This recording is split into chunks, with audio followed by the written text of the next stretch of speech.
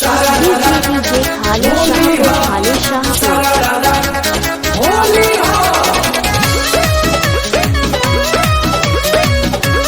Editing Rajendra Pratap भाले शाह के mobile number 7069308307। करे का जालू कोई टोली में के डाली रंग तोहर चोली में। करे का जालू कोई टोली में के डाली रंग तोहर चोली में। अरे चुप रहा, तनी हमरो के करे धन्यवान हो। बाबू दूरे रहना तो चल जाई जान हो। काहे हो? अब की होली में चोली रंगी है कोई रान हो। सुनो दूरे रहना तो चल जाई जान हो। होली में चोली रंगी है कोई रान हो। बुझाई लो। अच्छा तो हमहू देखिए ले। राजेंद्र यूपी 46 को लाइक करके सब्सक्राइब करिए और नोटिफिकेशन ऑन कीजिए।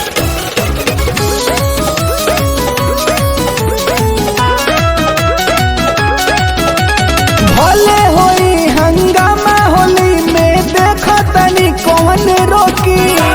बच के रह, टच न करना तो दिह तोहरा के ठोकी।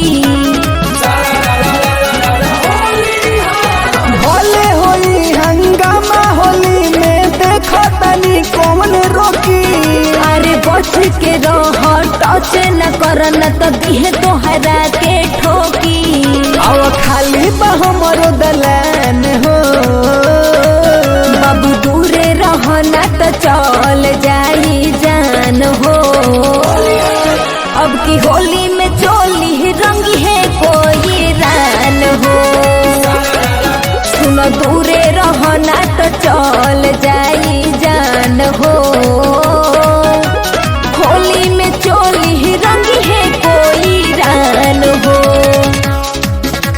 गाना मिक्सिंग कराने के लिए संपर्क करें पोस्ट पर दिए गए नंबर से।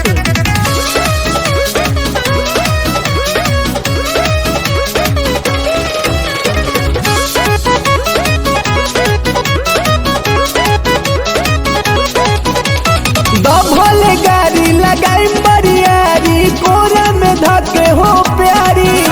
तो हर रंग दरिया जो पड़ जाई भारी, बांध के बड़ी मारी।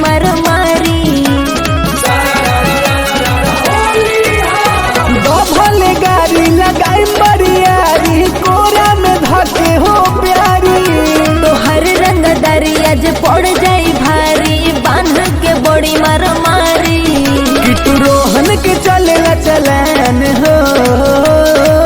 बाबू दूरे रहना तो चल जाई जान हो। अब की होली में चोली रंगी है कोई रान हो। सुनो दूरे रहना तो चल जाई